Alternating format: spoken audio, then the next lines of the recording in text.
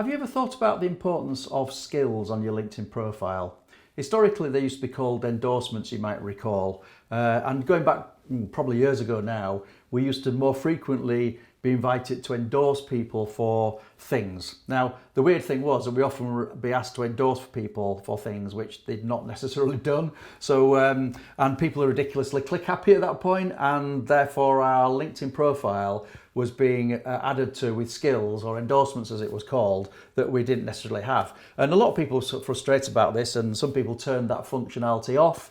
And I thought, you know what, somewhere in the background of things and the algorithmic value of identifying yourself against with some skills is probably going to be a good thing in the long term, but yet it's not an easy thing to fix. So having had that attitude for a long time and adding skills to my profile, I'm now conscious that they may not at a point in time represent at the top level the skills I would like to be known for.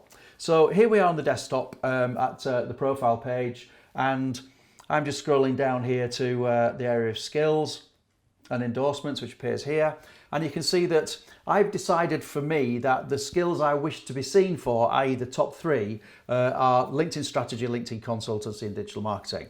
But if we open up the see more, you'll see that in actual fact, I've actually been recognised for many more skills than I've necessarily been endorsed for in other areas such as marketing strategy, marketing communications, etc, etc, etc. Now, the weird thing about this is that if you don't go in and amend this field, LinkedIn will bring to the top the skills which you've been endorsed for the most, but which may not represent the skills you have. So I figure that's not the message and the story I want to tell to my audience. So I'm really keen to make sure that the skills that appear at the top of my profile are the ones that are visible to them when they view it. Now, if you want to edit this, you just simply go into the pencil, which you'll see on the screen, and you'll see the pop-up in a window, and you'll notice on the right-hand side, somebody once called it hamburger. You see how the hamburger is able to be dragged and dropped. So by a combination of pinning the most important skills to my profile and dragging and dropping the remainder,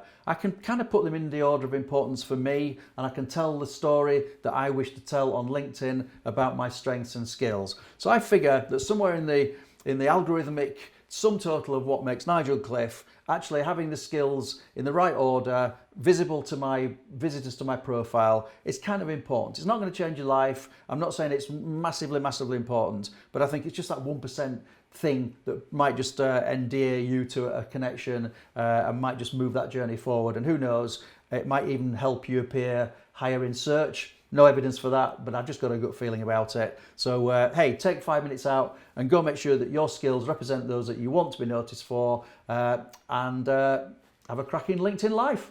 Bye for now.